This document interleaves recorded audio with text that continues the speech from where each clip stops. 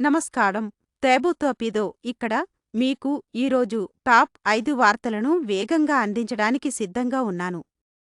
ఒక ఫెడరల్ న్యాయమూర్తి ఐసీఈ వద్ద నిలుపబడిన 5 వయస్సు పిల్లవాడిని విడుదల చెయ్యాలని ఆదేశించారు. ఇది మా వలస వ్యవస్థకు మానవీయ, కుటుంబం ముందు దృక్పథం అవసరమని బలంగా గుర్తుచేస్తుంది. ఒక భారీ శీతాకాల తుఫాను మిలియన్ల మందిని ప్రభావితం చేస్తోంది. కాని పక్కపక్కన ఉన్న ప్రాంతాలు ఆశయాలను వెలిగించి, వేడి భోజనాలు అందించి, సమాజ స్ఫూర్తి ఏ చలినైనా కరిగించగలదని చూపిస్తున్నాయి.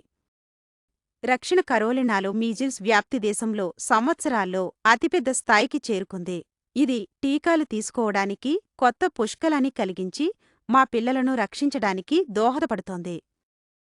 ఇటీవల విడుదలైన ఎప్స్టీన్ ఫైళ్లు ప్రముఖ వ్యక్తులతో కొత్త సంబంధాలను బహిర్గతం చేస్తున్నాయి. ఇది పారదర్శకత మరియు బాధ్యతను కోరే పిలుపులను బలపరుస్తోంది.